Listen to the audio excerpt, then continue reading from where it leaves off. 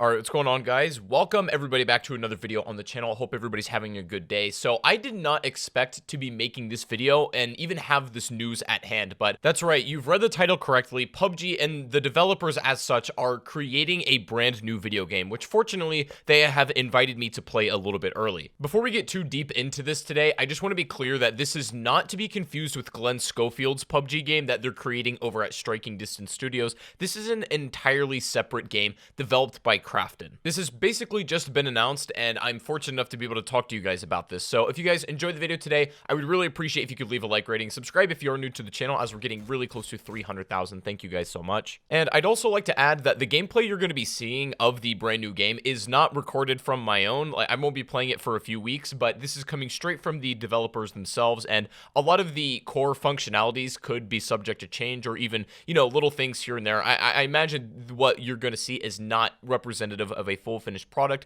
more or less just to give you a small glimpse of what the game has to offer as a whole. So just keep that in mind as we go along and talk through this. So the game that the PUBG developers have been working on is called Thunder Tier 1, and it comes with a full description of the game. Thunder Tier 1 is a top-down tactical shooter where you'll join an elite special forces squadron tasked with defeating a terrorist organization sweeping its way across Europe. Set in the late 80s and early 90s, the game boasts solo and co-op missions, campaign, and several PvP multiplayer modes. The game thrives on its realism, from the weight of bullets to the sounds of enemy footsteps, and players must combine their leadership, strategy, and tactical skills in real time to neutralize enemy operatives. It's also been described to me as being an extremely realistic video game, with your strategy and your real-time decision making being of the utmost importance. Now, this game did not come out of nowhere. It's apparently been in development from, you know, PUBG devs and Crafton as a whole since around 2016, maybe early 2017. Very clearly, if you just look on the HUD and a lot of different elements within Thunder Tier 1, you can see where some of the reused assets from PUBG come in, and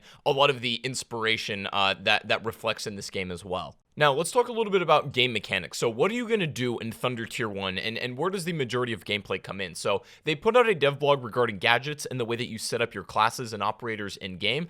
As highly qualified tactical operators, you'll have an entire arsenal at your disposal. We've already mentioned that an assortment of pistols, submachine guns, shotguns, and assault rifles, DMRs, light machine guns, and sniper rifles will be available for the completion of your missions. You'll be able to equip weapons with compatible optics, muzzle, and sight attachments. Flashlights, laser sights, and silencers will be useful throughout the campaign in several situations. Grenades will also be available to equip. Frag and incendiary grenades can be used to clear out entrenched enemies. Smoke grenades will help you cover your team's movement. Flashbangs will disorient enemies. There'll be a few of them to pick up, and expect most of them being used by opposing forces too.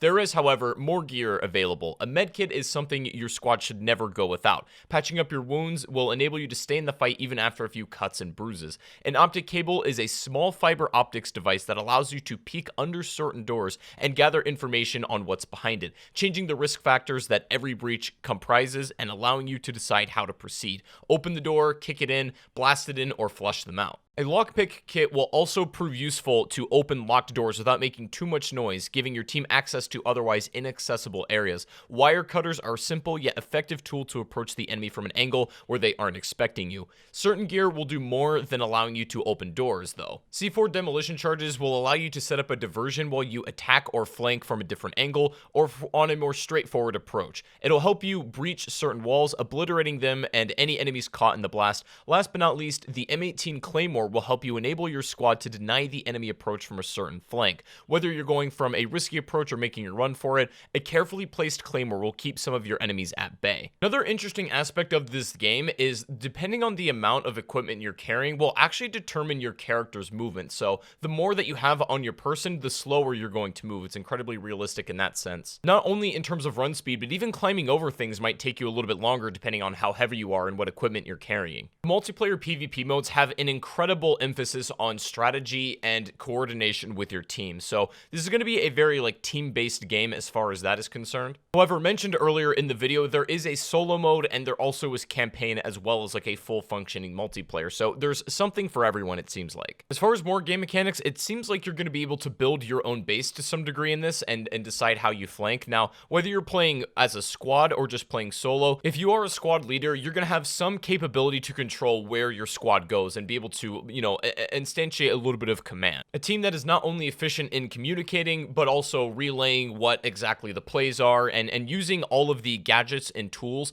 and gun setups to your disposal in a creative manner should give you the most success in Thunder Tier 1 from what it looks like. Now, I want to try to answer some pretty common questions that I'm going to be expecting about the game. Now, I don't believe it's really a traditional like looter shooter that some people could expect it to be. I'm not sure how you exactly obtain gear or weapons or anything, but what I do know is it's not like PUBG where you're going to spawn in with nothing and then find your resources as you play throughout the game. You're going to have a premeditated class setup with all of the gadgets and gear that you want for that specific mission. And again, how all that stuff's unlocked is unclear right now, but we will find out more in the future. Another question that I expect a lot of people to ask, how much is it going to cost? I'm not sure exactly on price for Thunder Tier 1, but I would say it's safe to assume it is going to be a paid game and it's not going to be a free to play. Another question I've seen a lot of, which is sort of a strange one, the camera angle at which you see your character will change depending on what setting you are, whether you're inside or outside, so don't expect the camera angle to be, in one static place all the time. You can rotate it around,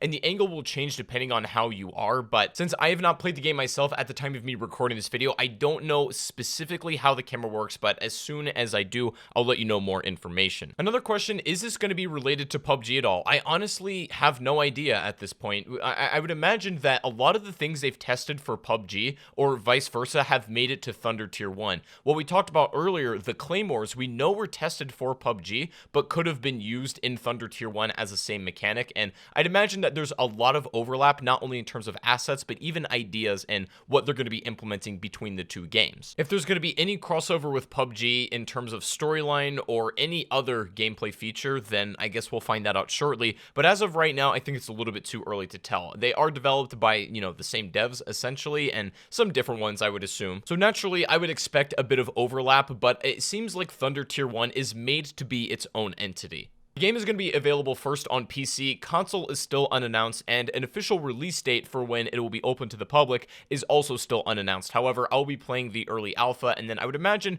they're probably going to do some sort of public beta for this if they feel comfortable enough after getting feedback with the alpha. Of course, I'm going to give you guys all the information you need whenever it does come to the public and to get you guys be able to download it as well. We're also at a point in time where our feedback on Thunder Tier 1 is absolutely crucial in determining the future of this game. And so what we're going to be doing from here on out with videos on Thunder Tier 1 is using, you guys as my, community in the comment section to essentially help give feedback. And then you guys can give your own direct feedback when you get your hands on the game. But I would love to know what you guys think about this. I really didn't expect this announcement, anytime soon.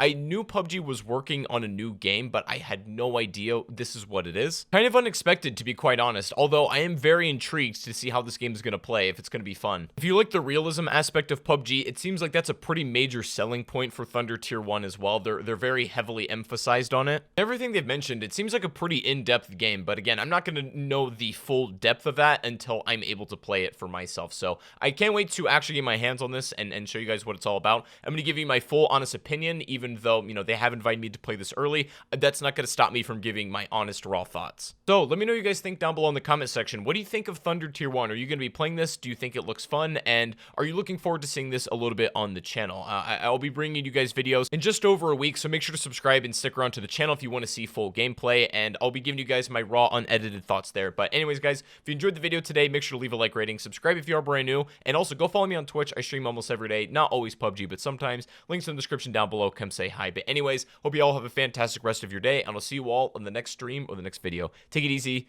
and peace out.